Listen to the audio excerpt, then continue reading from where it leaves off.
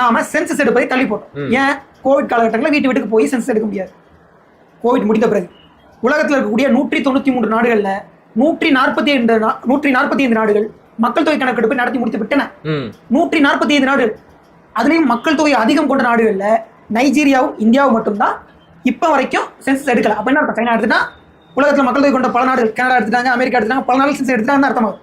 145 நாடுகள் சென்சஸ் எடுத்த போது நீ சென்சஸ் எடுக்காம காலம் தாழ்த்திட்டு இப்போ என்ன சொல்ற 2026 எடுப்போங்க அப்படிதான் சொல்லியிருக்காங்க.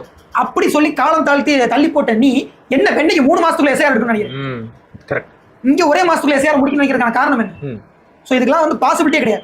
சென்சஸ் எடுப்பதை தாமதித்தவர்கள் எஸ்ஐஆர் எடுப்பதற்கு பறந்து கொண்டு திரிகிறார்கள்னா என்ன காரணம்னு மக்கள் புரிந்து. தேர்தல் நெருக்கத்துல வருது, அதுல ஏதாச்சும் ஃப்ராடு தனத்தை செய்ய முடியுமா அப்படின்னு திட்டமிட்டு பாஜக ஆதரவு வாக்காளர்களுக்குமே நான் சொல்றேன், நீங்க இப்படிப்பட்ட ஒரு கட்சியை ஆட்சி கொண்டு வர நினைக்கிறது நியாயமே இல்லை. அப்படி பெறப்பட்ட நாளைக்கு நீங்களே பாஜக வேண்டாம் நினைச்சாலும் கூட அது அகற்ற முடியாது. அதான் சொல்றேன், அப்படி பெறப்பட்ட வெற்றி என்பது பிற்காலத்துல மிகப்பெரிய ஆபத்துகளையும் மக்கள் போராட்டங்களையும் கொண்டு வந்து சேர்க்கும்.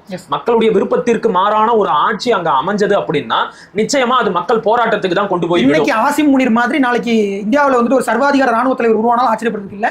ஏற்கனவே அவர் இந்த நாடாளுமன்றத்தில் செங்கோலை தூக்கிட்டு உள்ள நுழைஞ்சாரு. அப்பவே எனக்கு தோணுச்சு, என்னமோ மன்னருக்கு பட்டாபிஷேகமா இருக்கு. அதை நோக்கி தான் நகர்றாங்க. இப்ப ரஷ்யாவுக்கு ஒரு புதின் மாதிரி, சீனாவுக்கு ஒரு ஷி ஜின்பிங் மாதிரி, இந்தியாவுக்கு ஒரு மோடியை கொண்டு வரதுக்கான வேலை திட்டம் தான் இது எல்லாமே. இந்த எஸ்ஐஆர் பத்தி என்னுடைய இறுதி கருத்து என்ன அப்படின்னா, இந்த எஸ்ஐஆர் வேண்டாம் என்பதுதான் நம்முடைய கருத்து.